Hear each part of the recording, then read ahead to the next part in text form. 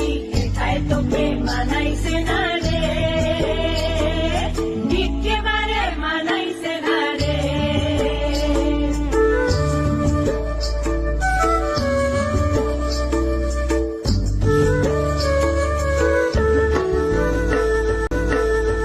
গঙ্গা পাড়ে পদ্ম ফুল, নানা মানুষের আশা রে, নানা ধর্মের ভাষা, সবাই সমান মোদির কাছে, এটাই ভালোবাসা রে, এটাই ভালোবাসা।